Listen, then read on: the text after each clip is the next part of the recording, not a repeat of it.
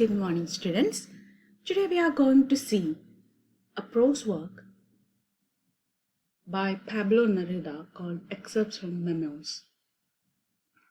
Pablo Neruda, you might have heard the name. He is a poet from Chile.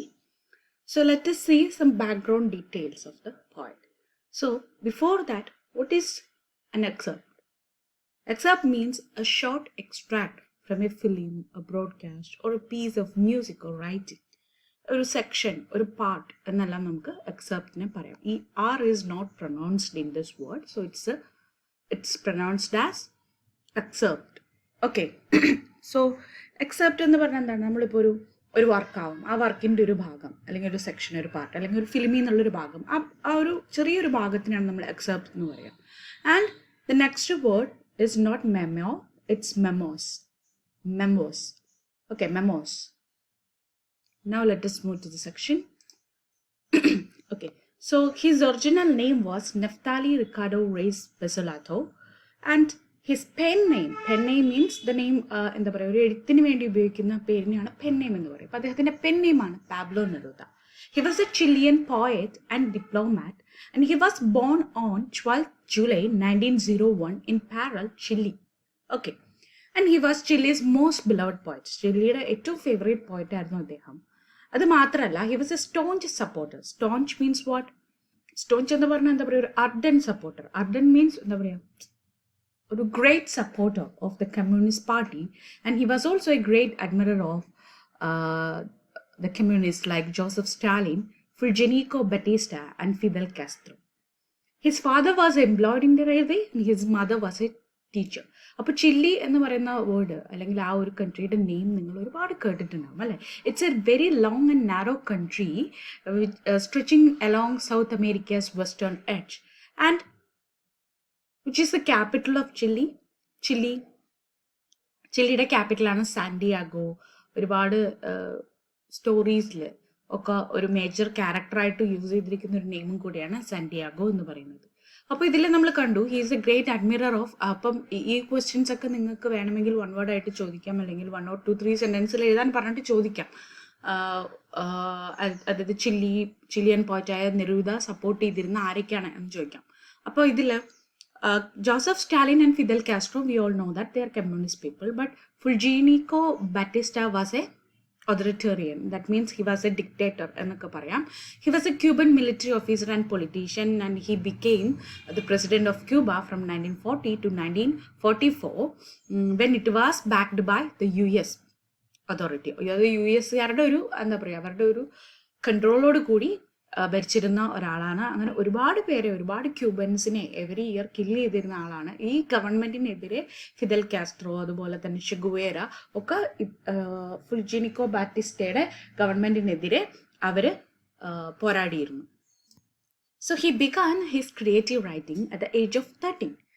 In 1920, he contributed his articles and poems to journals adopting the pen name Pablo Neruda, which was chosen in the favor of the Czech poet Jan Neruda, owing to his father's disapproval of his poetic interest. That means അദ്ദേഹത്തിൻ്റെ father was not supportive of his career choice, that he wants to become a poet എന്നുള്ളതിനെ ഒരിക്കലും അദ്ദേഹത്തിൻ്റെ father approve ചെയ്തില്ല. അപ്പോൾ സ്വന്തം പേരിൽ എഴുതിയാൽ 2 കാരണങ്ങളായിരിക്കാം ഉണ്ടാവുന്നത്. അതായത് ഒന്ന്, സ്വന്തം പേരിൽ എഴുതിയാൽ അച്ഛൻ മനസ്സിലാക്കും ദാറ്റ് ഈ പോയംസ് ഒക്കെ എഴുതിയത് മകനാണെന്നുള്ള കാര്യം. അപ്പോൾ അതിനുവേണ്ടി അദ്ദേഹം ഒരു സ്യൂഡോനെയിം അല്ലെങ്കിൽ ഒരു പെൻ നെയിം ചൂസ് ചെയ്തു.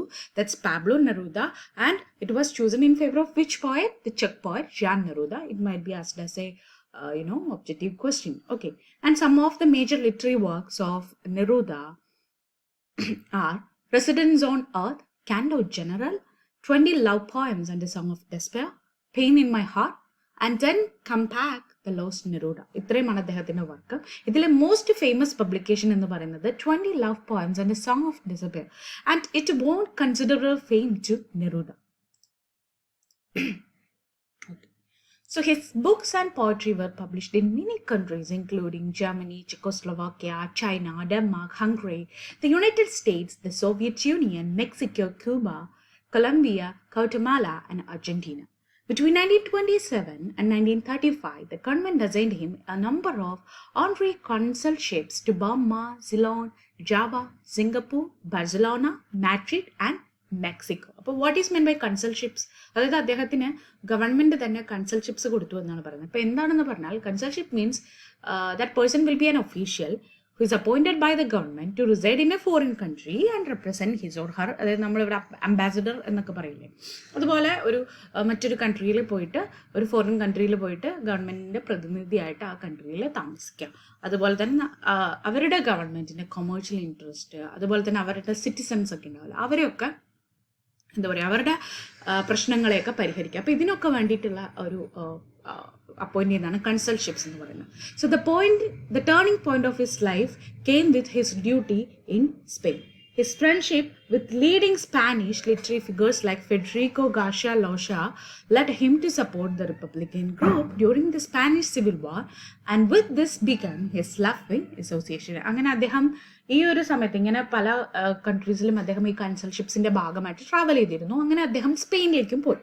അപ്പോൾ സ്പെയിനിൽ പോയപ്പോൾ അദ്ദേഹം ഒരുപാട് ലിറ്റററി ഫിഗേഴ്സിനെ പരിചയപ്പെട്ടു. അതിൽ ഏറ്റവും ഫേമസ് ആയിട്ടുള്ള ഒരു പേഴ്സണാണ് ഫെഡറിക്കോ ഗാർഷ്യ ലോസ.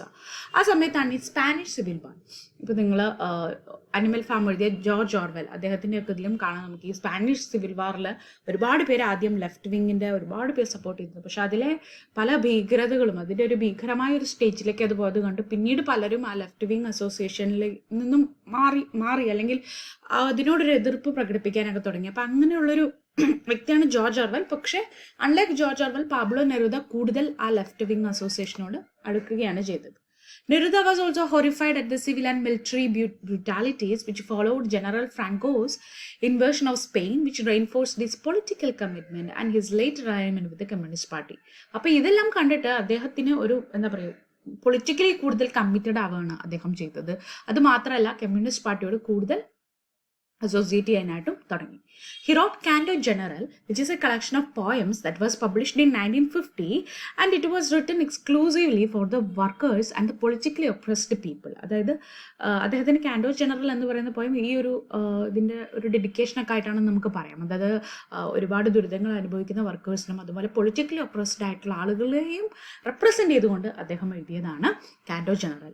അത് മാത്രമല്ല, this poem also celebrates the Latin American heritage of Neruda. നെറുദയുടെ ഒരു ലാറ്റിൻ അമേരിക്കൻ ഹെറിറ്റേജ് പറഞ്ഞാൽ എന്താ, ആ ഒരു പാരമ്പര്യം, അതിനെയൊക്കെ സെലിബ്രേറ്റ് ചെയ്യുന്ന ഒരു പോയം കൂടിയാണ്, അല്ലെങ്കിൽ ഒരു കളക്ഷൻ ഓഫ് പോയംസ് ആണ് കാൻഡോ general. So Neruda expressed enormous satisfaction in that he could make people respect the occupation of the poet. അതായത് അദ്ദേഹത്തിൻ്റെ കരിയറിൽ അല്ലെങ്കിൽ അദ്ദേഹത്തിൻ്റെ പ്രൊഫഷണൽ ചോയ്സിൽ അദ്ദേഹം ഒരുപാട് ജനങ്ങളെ എന്താ പറയുക, അദ്ദേഹം സംതൃപ്തനായിരുന്നു. അല്ലെങ്കിൽ അദ്ദേഹത്തിൻ്റെ ആ ഒരു പോയറ്റിക് കരിയറിലൂടെ അദ്ദേഹം ഒരുപാട് ആളുകളോട് കമ്മ്യൂണിക്കേറ്റ് ചെയ്യാനും അവരെ ഇൻഫ്ലുവൻസ് ചെയ്യാനും തുടങ്ങി. അങ്ങനെ അദ്ദേഹത്തിൻ്റെ ആ ആസ് എ എന്താ പറയുക, ഹി വാസ് എ പോയറ്റ് അല്ലെ, ആ ഒരു ഒക്യുപ്പേഷനെ ജനങ്ങളെ ബഹുമാനിക്കാനും അദ്ദേഹത്തിന് ഒരു സ്ഥാനം കൊടുക്കാനുമായിട്ടും തുടങ്ങി. So in 1950 Neruda visited Delhi for an interview with Jawaharlal Nehru. അപ്പോൾ ജവഹർലാൽ നെഹ്റുവിനെ കാണുകയും അദ്ദേഹത്തിൻ്റെ ഒക്കെ ഒരു ഇൻ്റർവ്യൂ ഒക്കെ എടുക്കുകയും ചെയ്തിട്ടുണ്ട്. And his poetry appeared in many languages, including Hindi, Urdu, and Bengali, mainly after this visit. So, in 1964, Chile's National Library commemorated his 60th birthday by organizing a series of lectures on Neruda by eminent poets and writers. In 1969, he was designated as the candidate for the presidency of Chile by the Communist Party. In 1969, the Communist Party decided that this person could stand for their presidency candidate എന്നുള്ളത് അവർ decide ചെയ്തു. പക്ഷേ അദ്ദേഹം resign ചെയ്യുകയും സൽവദോർ അലൻഡയെ എന്ന് പറയുന്ന കൊമറേഡിനെ പാർട്ടിയുടെ ഒരു soul candidate ആയിട്ട് നിൽക്കാനായിട്ട് അദ്ദേഹം അതിലൂടെ സാധിക്കുകയും ചെയ്തു. അങ്ങനെ ഒരു സോൾ കാൻഡിഡേറ്റ് മാത്രമാണ് കമ്മ്യൂണിസ്റ്റ് പാർട്ടിയുടെ ആ ഒരു ഇലക്ഷനിൽ ഉണ്ടായിരുന്നത്, and that Salvador Allende. That's because Neruda decided to resign from the post. In 1960, when Salvador Allende became the president of Chile, Neruda was appointed as the ambassador to France. Okay. So that's all about Pablo Neruda, who is the most favorite poet of Chile. And like I said, you need to know all the details. Yesterday I was the invigilator for Malayalam. Third years in Malayalam exam in invigilator. അപ്പോൾ അവരുടെ മലയാളത്തിൽ കുറച്ച് ഞാൻ SD ആണ്, അത് distance എഡ്യൂക്കേഷനെ കുറച്ച് 1 word questions കൊടുക്കുക. അവർക്ക് ഒരു 20 questions അറൗണ്ട് 1 word ആണ്. അപ്പോൾ അതിൽ ഭയങ്കര സ്റ്റുപ്പിഡ് ക്വസ്റ്റ്യൻസ് ഒക്കെ ഉണ്ടായിരുന്നു. അത് കണ്ടിട്ട് ഞാൻ ഓർത്തു, ഓക്കെ ഇംഗ്ലീഷിൻ്റെ question paper will be much better, അല്ലെങ്കിൽ മച്ച് ബെറ്റർ ആണ്. അതായത് അതിലെ 2 ക്യാരക്ടേഴ്സ് എന്നാണ് കണ്ടുമുട്ടിയത്, അത് CJ Thomas and PJ, Rosy Thomas and സമദർ തോമസ്. അവരെങ്ങനെയാണ്, എത്ര വയസ്സുള്ളപ്പോഴാണ് ഇവർ പരസ്പരം കണ്ടുമുട്ടിയത്? ഇതുപോലത്തെ സ്റ്റുപ്പിഡ് ക്വസ്റ്റ്യൻസ് ഒക്കെയാണ് അതിൽ ചോദിച്ചിരിക്കുന്നത്. മേ ബി ടു മേക്ക് എന്താ പറയുക, എക്സാം കൂടുതൽ ഈസി ആയിക്കോട്ടെ, ഇങ്ങനത്തെ കാര്യങ്ങളൊക്കെ കുട്ടികൾ ഓർത്ത് വയ്ക്കുന്നതാണ്. അതായത് ഒരു രണ്ട് ലവേഴ്സ് ഏത് വയസ്സുള്ളപ്പോഴാണ് കണ്ടുമുട്ടിയിരിക്കുന്നത് എന്നൊക്കെ ചോദിച്ചിരിക്കുന്നത്. അതായത് even though they are writers, that's not relevant എന്നാണ് എനിക്ക് തോന്നുന്നത്. അപ്പോൾ ഇതിലിപ്പോൾ ഏതാണ് അവർക്ക്, അതായത് ക്വസ്റ്റ്യൻ പേപ്പർ സെറ്റ് ആകുന്ന ഏതാണ് റിലവൻ്റ് ആയിട്ട് തോന്നുക, ഏതാണ് റിലവൻ്റ് ആയിട്ട് തോന്നുന്നത് എന്നുള്ളത് വി കനോട്ട് സേ. അപ്പോൾ what you have to do is you need to know all these details. Okay, they could ask what is the original name of Pablo Neruda. Okay, and അവിടെ ആ question പേപ്പറിലൊക്കെ date ചോദിച്ചിട്ടുണ്ട്, when was he born എന്ന് പറഞ്ഞിട്ട്. That usually ഇംഗ്ലീഷിൽ വരാറില്ല. പിന്നെ ആരൊക്കെ സപ്പോർട്ടർ ആയിരുന്നു, അങ്ങനെ.